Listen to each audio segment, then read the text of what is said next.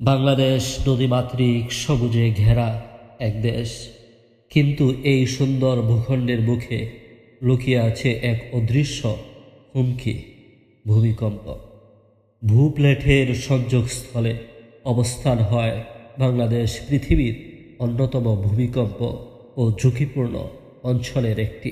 1762 সালে Saint Martin ভূমিকম্প, যাতে সেন্ট মার্টিন দ্বীপ সমুদ্রের নিচ থেকে ভেসে ওঠে।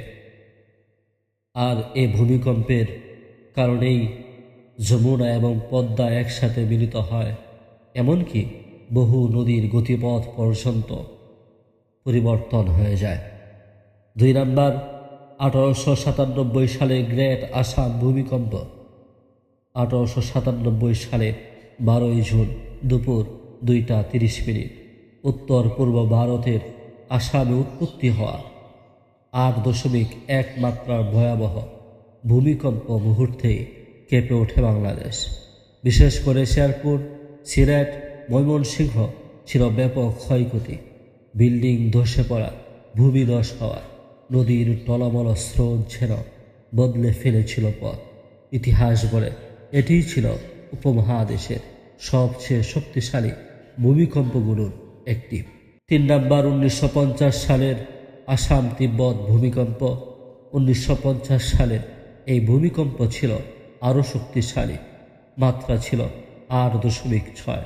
কেন্দ্র ছিল আসাম তিব্বত সীমান্তে, কিন্তু কম্পনের তীব্রতা বাংলাদেশ পর্যন্ত অনুভূত হয়। ভবন ফেটে পড়ে, নদীর তীর ভেঙে পড়া, এসব দৃশ্য মানুষকে আবারও মনে করিয়ে দিয়েছিল আমাদের ভৌগোলিক ঝুঁকির কথা। 4 নম্বর, 1997 সালের চিটাগং ভূমিকম্প। 26 জুন 1997 দুপুর 6.1 মাত্রার ভূমিকম্পে কেঁপে ওঠে চট্টগ্রাম। পাহাড় ধসে বহু মানুষের প্রাণহানি ঘটে। আধুনিক বাংলাদেশে এটি ছিল অন্যতম ভয়াবহ ভূমিকম্প, যা দেখিয়ে দেয় নগরায়ন ও পাহাড় কাটার ঝুঁকি কতটা মারাত্মক হতে পারে।